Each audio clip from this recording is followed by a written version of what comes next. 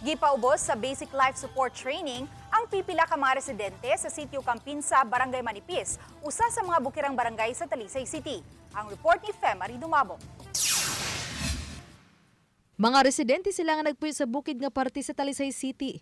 Layo sa ospital ug layo usab sila sa ilang barangay. Hinungdan nga gihangop sa Talisay City disaster nga ang kapin sa 30 ka mga residente sa Sitio Campinsa ang nipadayag nga gustong mapaubos sa first aid o basic life support seminar and training.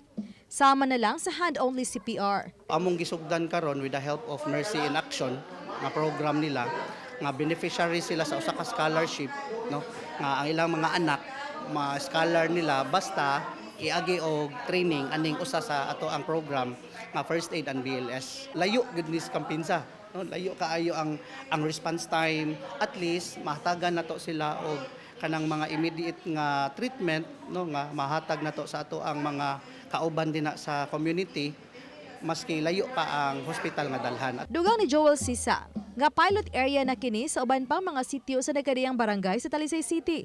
Paagi kini aron matudluan ang komunidad sa pagpangandam sa bisan unsang kalamidad o disgrasya nga masugatan sa lugar o bisan na diha sa ilang panimay.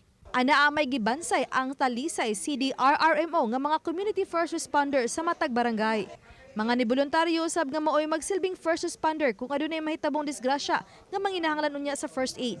Apan gipasabot ni Sisa nga mas maayo nga matag usa ang mahibaw sa basic life support.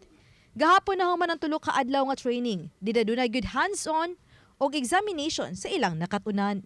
Mo sa nausa sa atong gi-announce, ma'am, nga sa ato ang katong monthly meeting nato karon sa atong mga focal sa community first responders nga mangandam na ta maghimo tag mga plans o kaning ato ang evacuation drill, especially sa earthquake. Kaya announce man na sa Facebook nga naa diri umaabot niya nga dako-dako nga linog tungod ani atong kanlaon nga nagsige na og umido.